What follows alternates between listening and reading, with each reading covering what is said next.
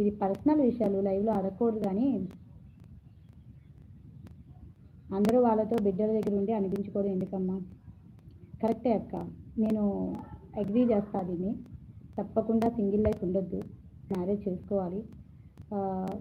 మన బిడ్డలు మనతో ఉండరు, మన బిడ్డలు కూడా పెళ్లి చేసుకుని వేరే లైఫ్ చూసుకుంటారు ఎవరైతే సింగిల్ లైఫ్ లీడ్ చేస్తున్నారో. కానీ ఒక్కటి మాత్రం జాగ్రత్తగా ఉండండి. ఒకసారి మీరు ఎలాగో నష్టపోయినారు అక్క, మీకు కాదు, నేను కొంతమందికి మెసేజ్ ఇవ్వబోతున్నా.